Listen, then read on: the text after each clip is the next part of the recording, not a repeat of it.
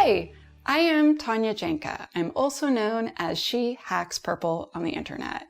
And I currently run a training company where I teach people how to make secure software and become application security professionals called We Hack Purple.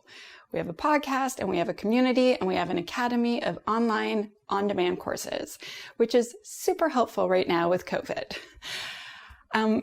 My background is I come from a family of devs. Both of my aunts and 3 of my uncles are all software developers.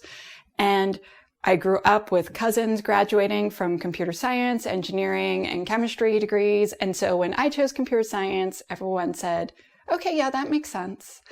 And so I've been programming, I guess, since the maybe early 90s. I got my first job in 1997 doing programming, and I was so excited. I went to college for computer science, so I did programming a long time. And then I met a hacker.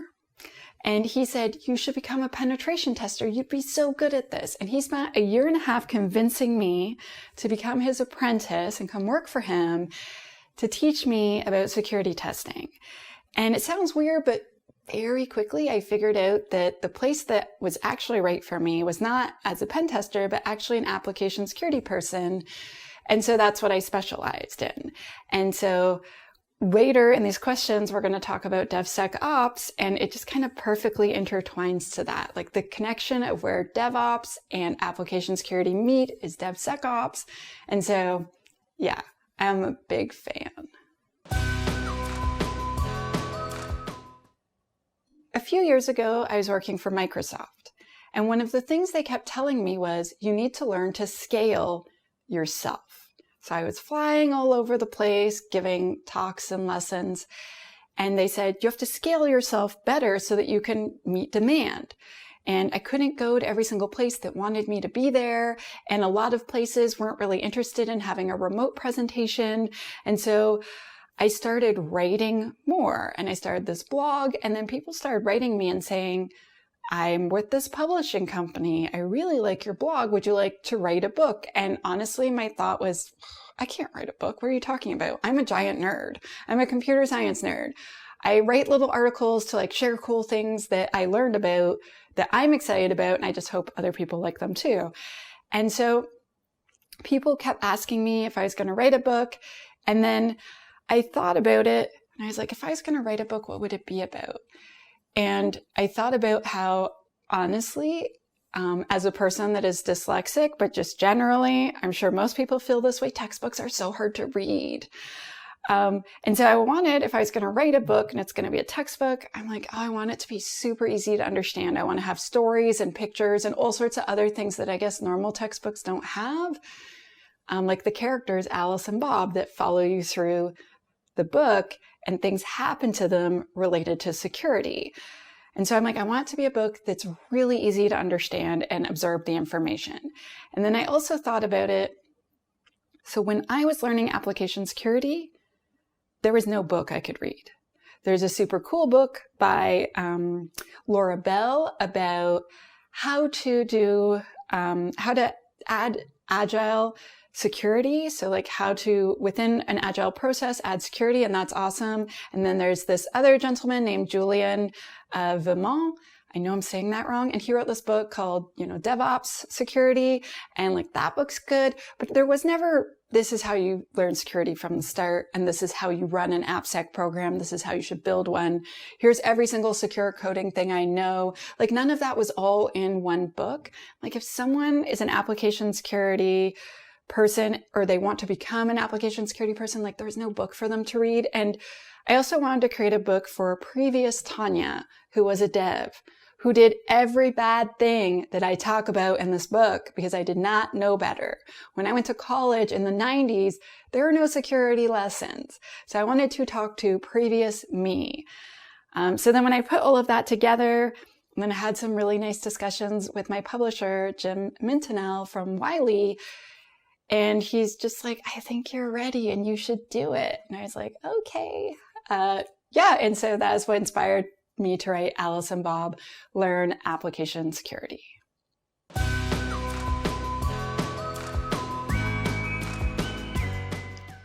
When I say pushing left or shifting security left, what I mean is I want to start security earlier in the system development lifecycle and be there with you as your security person the whole way through.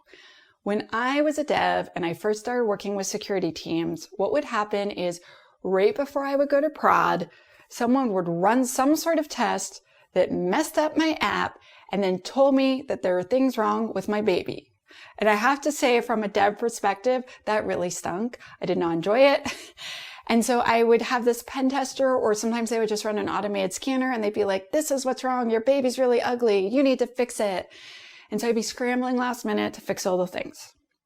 So then when I became a pen tester, I saw this and I started visiting teams earlier. Like, hey, here's some secure concepts that I think apply to your app, like your design. And so maybe you could do this like this, or have you thought of that? And then I started meeting with them and whiteboarding things because I didn't want to come at the end and tell them all the things that were wrong if I knew a bunch of them from the start.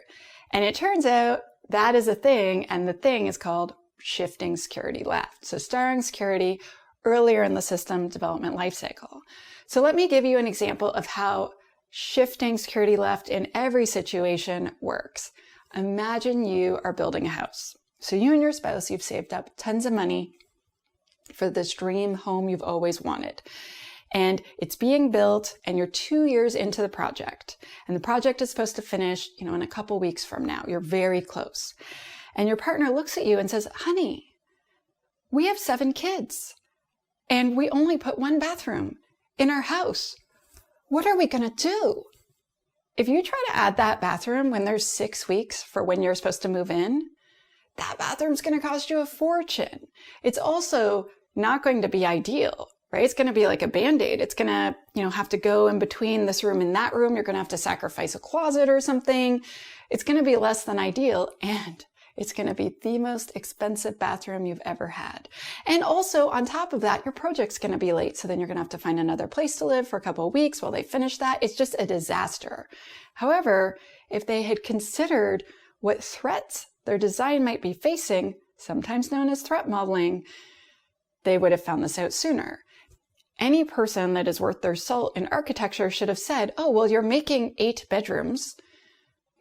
Perhaps you need more than 1 bathroom. I foresee if there will be 9 people that have bladders where you live, that there are going to be people that want to have showers, use the mirror, blow dry their hair, and all of this stuff in the morning, and that there are going to be fist fights in your family.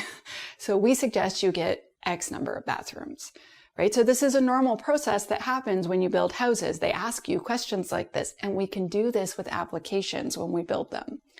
And so yes, I talk about shifting security left or pushing security left. And what I mean is, let's start security right at the start and accompany you through the entire system development lifecycle so that you have a secure, awesome application at the end.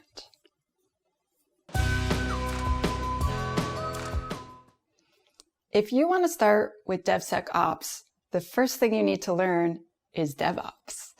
It's really hard for you as a security practitioner to get into the DevOps situation with the dev and the ops teams and not break everything if you don't actually understand what they're doing.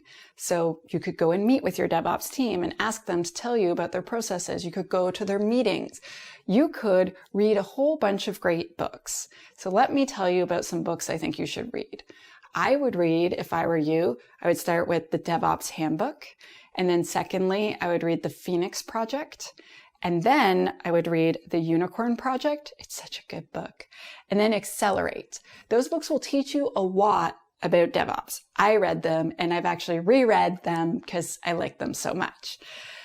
So I suggest starting by learning what DevOps is. Those books also have quite a bit of security in different parts of them to explain some advantages and things you could add to the DevOps systems for better resiliency, better confidentiality, availability, all of those things that we all want. The next thing I would do is I would probably follow some people that are really into DevSecOps and watch their talks from various conferences. I would attend training if I could afford it.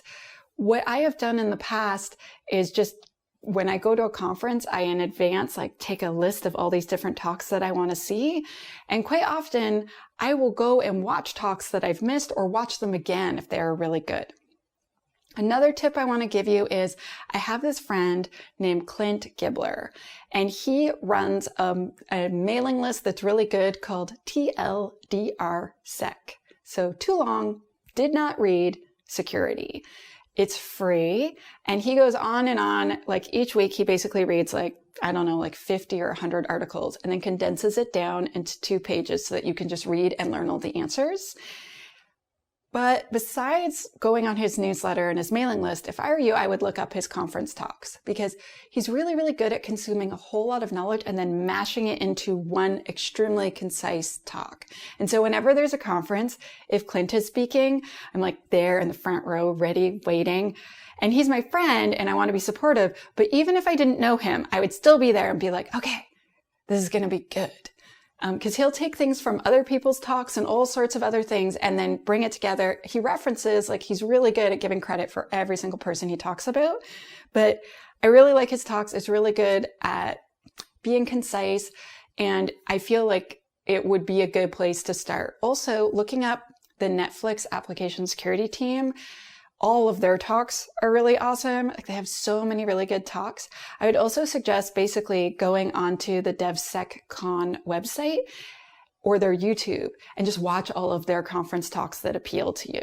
So be choosy. If it's not on a topic that interests you, you can ignore it. But for instance, if you see a talk that's about a thing that you're facing at work, that's definitely time well spent.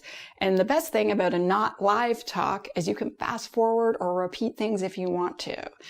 So I would start there. And of course, I can't help it. If I were you, I would buy my book because I talk about it a bit. And I would watch a bunch of different conference talks that I specifically have, such as DevSecOps, More Than Just Pipelines, which I did for the Diana Initiative in 2020 and a bunch of other places. If I were you, I'd also watch Security Learns to Sprint, which I have done literally everywhere, where I give 27 different ideas of how you can weave security through DevOps. And I also have a long stream of articles. It's a series called Security is Everybody's Job, and it's on my blog. So if you look up She Hacks Purple blog, you will find it. I have it on dev.to. I have it on medium.com. But basically, start following people and consuming their content if they talk about the things you want to hear. There are so many amazing people that share free stuff all the time that are really helpful. But start by reading the DevOps Handbook.